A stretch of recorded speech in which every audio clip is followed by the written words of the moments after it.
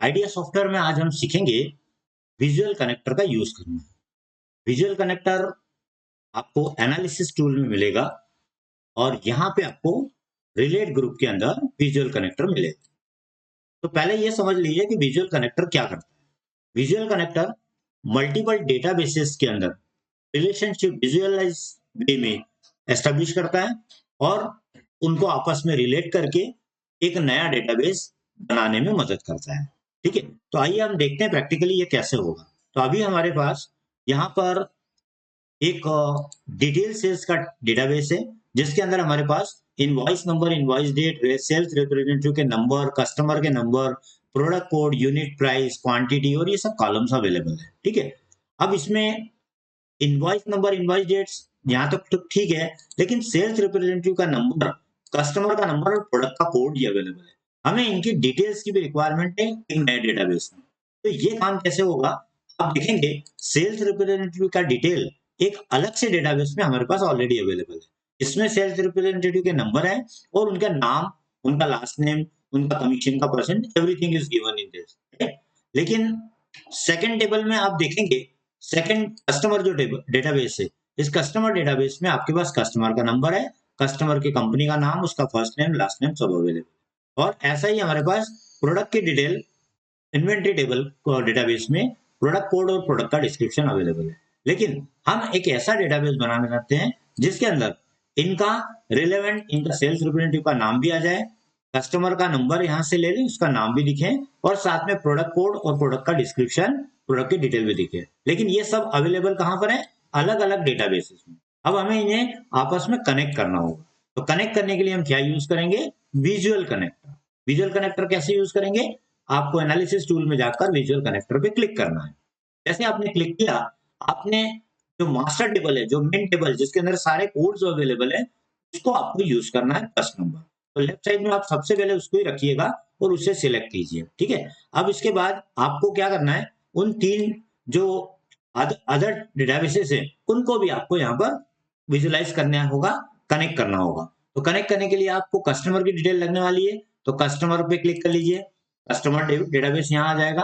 Customer के अलावा आपको सेल्स रिप्रेजेंटेटिव के नंबर चाहिए, नाम चाहिए, तो यहाँ से आपको इसको डबल क्लिक करके ओपन करना है। ठीक है, उसके बाद आपको इन्वेंट्री की टेबल भी लगेगी, तो इन्वेंट्री को भी डबल क्लिक कर लीजिए। ठीक है, अब क्या करना है, इस टेबल को थोड़ा एक्सपांड कर लीजिए। अब इसमें सबसे पहले आपके पास इनवॉइस नंबर के बाद क्या अवेलेबल है? Sales representative number. तो आप सेल्स रिप्रेजेंटेटिव टेबल को सबसे पहले इसके सामने रख लीजिए यहाँ पर। ठीक है, उसके बाद आप सेकंड नंबर क्या है? कस्टमर नंबर है, तो कस्टमर नंबर के बाद टेबल को भी आप यहाँ रख लीजिए। और लास्ट में आपके पास प्रोडक्ट कोड है, तो प्रोडक्ट कोड यहाँ पर अवेलेबल है इन्वेंट्री में, इसको नीचे रख लीजिए। इससे कोई फर्क नहीं पड़ता कि आप इसको किसी और ऑर्डर में नहीं रख सकते, आप कहीं भी रख सकते हैं, बट विजुलाइज जब होगा, कनेक्शन प्रॉपर वे में दिखे, इसके लिए हम उसको यूज करते हैं। अब आपको क्या करना है, सेल्स रिप्रेजेंटेटिव नंबर यहाँ पर अवेलेबल है, इस टेबल में सेल्स रिप्रेजेंटेटिव की डिटेल्स अवेलेबल है। तो पहले आपको इस नंबर को इस नंबर से कनेक्ट करना होगा। कैसे करेंगे, गौर से देखिए। सेल्स रिप्रेजेंटेटिव नंबर को यहाँ से ट्रैक करिए और यहाँ सेल्स रिप्रेजेंटेटिव पे लाके ड्रॉप कर दीजिए। तो ये इसने इसके साथ कनेक्टिविटी एस्टेब्लिश कर दी है। अब आप इसको कहीं पर भी रीअरेंज करेंगे, कनेक्शन साथ में ही चलेगा। ठीक है, अब आते हैं हम सेकंड टेबल पे।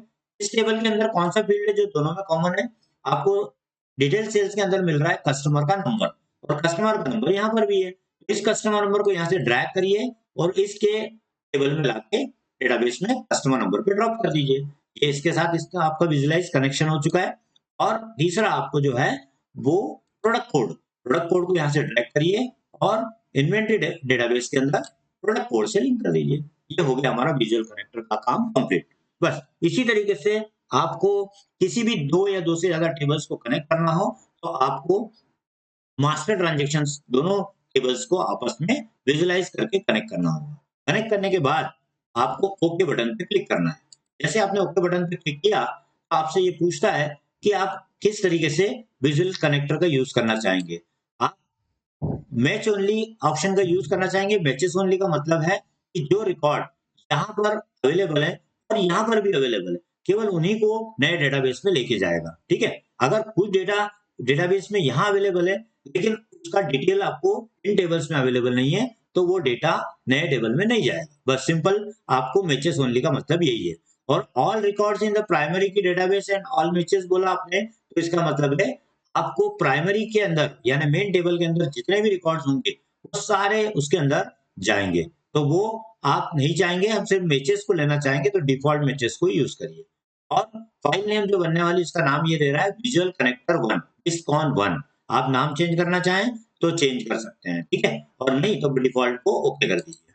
जैसे आपने ओके किया, अब आप देखिए आपकी एक ऐसी टेबल बन के आ गई है विस्कॉन नाम से। आप इसको देखिए और गौर से देखिए, विस्कॉन में आपका इनवॉइस नंबर भी है, इनवॉइस डेट, ये नई टेबल बन गई है, नया डेटाबेस बन गया जिसके अंदर आपको सारा डेटा फेच करके लाया है। अब आपको क्या करना है, सेल्स रिप्रेजेंटेटिव का नंबर यहाँ दिख रहा है, लेकिन उसका नाम कहाँ पर है, वो उसके आगे थोड़ा सा आपको जाना होगा और यहाँ देखिए सेल्स रिप्रेजेंटेटिव का नाम यहाँ पर दिया हुआ है, फर्स्ट नेम दिख रहा है बराबर। तो आप इन दोनों कॉलम्स को यहाँ से उठाइए और इसको ड्रैग करके लेके आइए उसी कॉलम के आगे रखिए जहां आप चाहते हैं।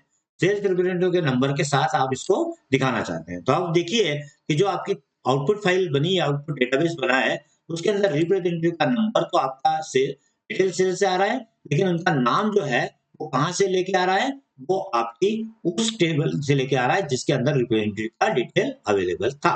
सिमिलरली कस्टमर नंबर आपके पास यहाँ है, तो कस्टमर का नाम भी आपका राइट साइड में आ गया होगा।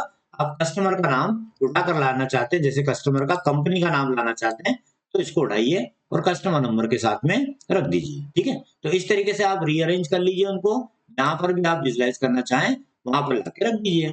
आपने कस्टमर का नंबर और उस कंपनी का नाम भी ले लिया। उसी तरीके से प्रोडक्ट कोड आपके पास है, प्रोडक्ट का डिटेल आपको चाहिए तो प्रोडक्ट का डिस्क्रिप्शन भी आ चुका होगा, यहाँ पर आप जाइए, मेरा प्रोडक्ट का डिस्क्रिप्शन, तो यहाँ से ड्रैग करिए, प्रोडक्ट कोड के साथ में रख दीजिए। ये है इसका पर्पज। इसी तरीके से हम जितनी भी टेबल जिनके अंदर कनेक्टिविटी एस्टेब्लिश करने के लिए कोई कॉमन फॉर्मूला अवेलेबल है उसमें रखकर हम उसकी रिपोर्ट तेजी से बना सकते हैं। ये देखिए आपका प्रोडक्ट का डिस्क्रिप्शन भी प्रोडक्ट के साथ आ गया है। ये आपकी रिपोर्ट पूरी बन गई और एक टेबल आपके विस्कॉन आपके पास हमेशा सेव रहेगी जिसमें आपको सब कुछ दिखेगा। लेकिन आप डिटेल सेल्स में देखेंगे तो इसमें सिर्फ आपको इनके कोड दिखेंगे, लेकिन डिस्क्रिप्शन आपको अलग अलग देखने के लिए इन टेबल्स को यूज करना पड़ेगा। तो बेटर आइडिया क्या है, हम इनको कनेक्ट कर दें कॉमन कॉलम के बेसिस पे और वो एक थर्ड पार्टी डेटाबेस बना लें जिसके अंदर आपको सारा डेटा एक साथ दिख जाएगा। This is the objective of creation of visual connector, right. Thank you.